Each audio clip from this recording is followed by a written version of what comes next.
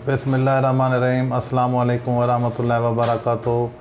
आज हम बात करेंगे फंडामेंटल राइट्स के आर्टिकल 28। ये चैप्टर फंडामेंटल राइट्स का है, आर्टिकल कॉन्स्टिट्यूशन ऑफ पाकिस्तान का है 28। ये बहुत ही हम सब को लिए जानना ज़रूरी है और बहुत ही इंटरेस्टिंग टॉपिक है। हर आम आदमी, आम फहम आदमी, तालीम याफ्ता या गैर तालीम याफ्ता, हर बंदे के लिए ये जानना ज़रूरी है कि वो जो भी ज़बान बोलता है उसके वो तहफ़्फ़ुज़ात आइन पाकिस्तान में दिए गए हैं। जो उसका रस्म ख़त है, जो उसके रस्म व रिवाज हैं, जो सकाफ़त है, उसका तहफ़्फ़ुज़ है। ये ज़बान, रस्म ख़त और सकाफ़त का तहफ़्फ़ुज़ आइन पाकिस्तान के आर्टिकल 28 में डिस्कस किया गया है कि पाकिस्तान में हर रिहायशी शहरी जो है वो जो भी ज़बान बोलता है, जो उसकी सकाफ़त है, जो उसके रस्म व रिवाज हैं, रहन सहन है, वो अगर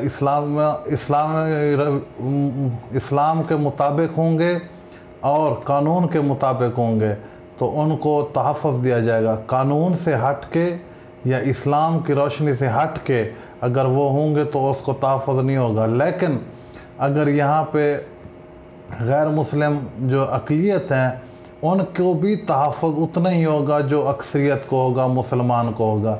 ये इसमें ये हरगिज़ ना होगा कि अगर कोई गैर मुस्लिम है तो उसके ज़बान, रस्म लिहाज और सकाफ़त को तहफ़्फ़ुज़ नहीं दिया जाएगा, बल्कि उनको भी बराबरी की सतह पे उनका भी हक़ होगा।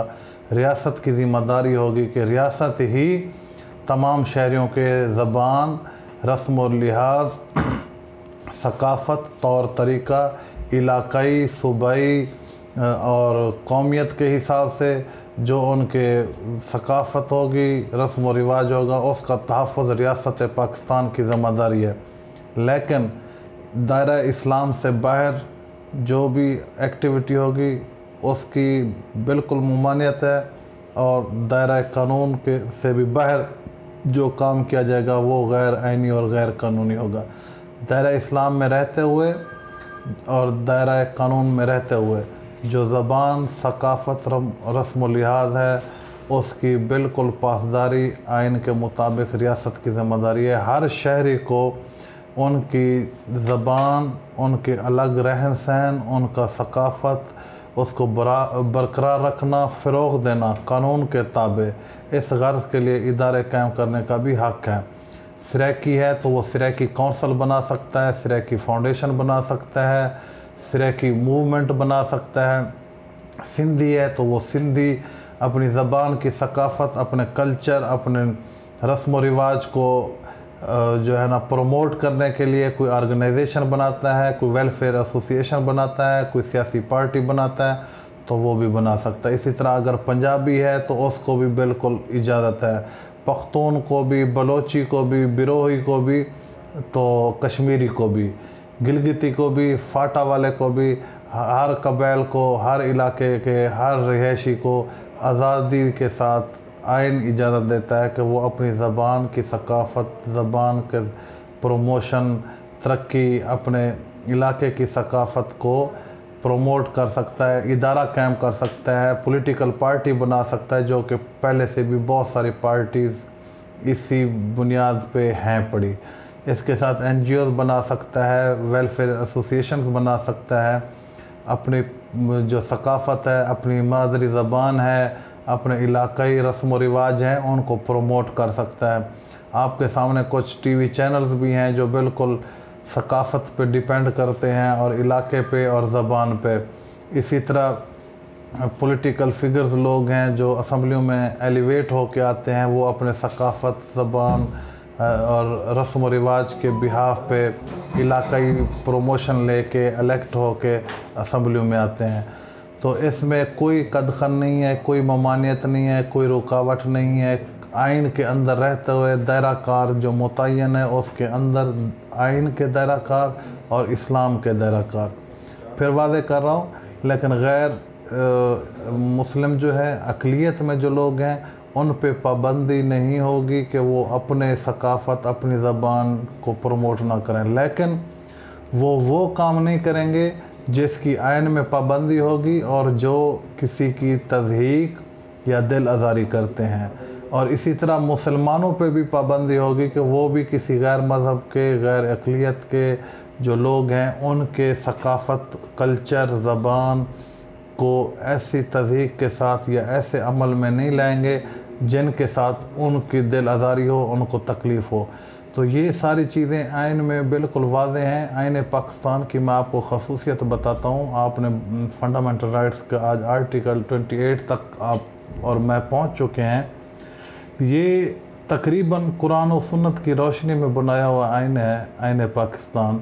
और इसमें बहुत ज़्यादा लचक है, बहुत ज़्यादा आज़ादी है, बहुत ज़्यादा वुसअत है।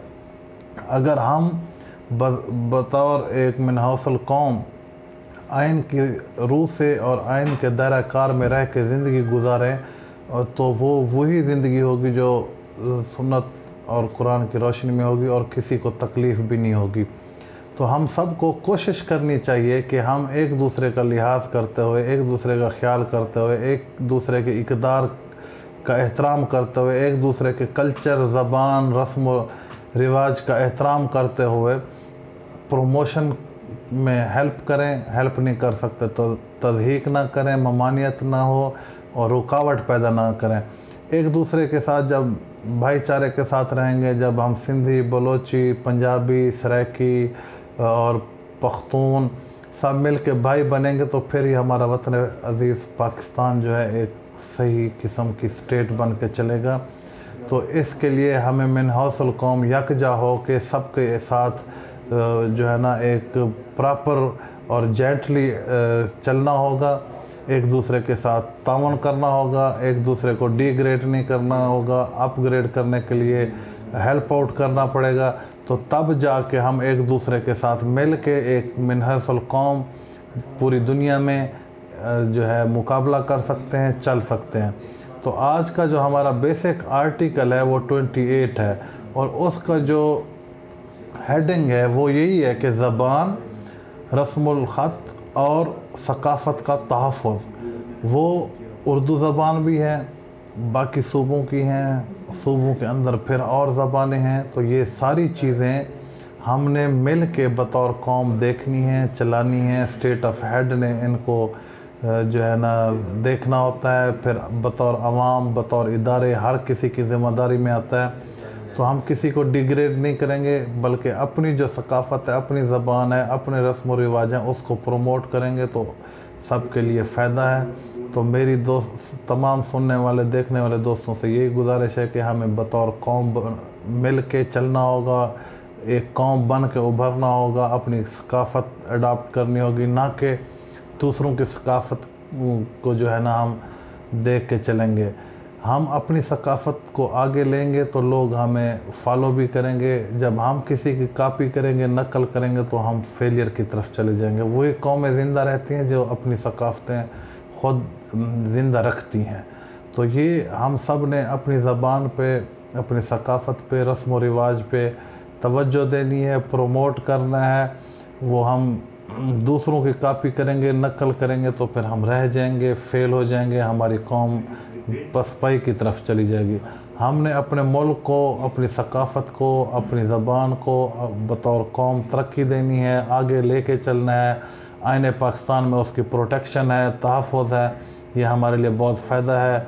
हर छोटी बड़ी कौम सूबाई सतह पे या इलाकाई सतह पे या ज़बान की सतह पे हर किसी का बुनियादी हक़ है और उसको ये तहफ़्फ़ुज़ हासिल है।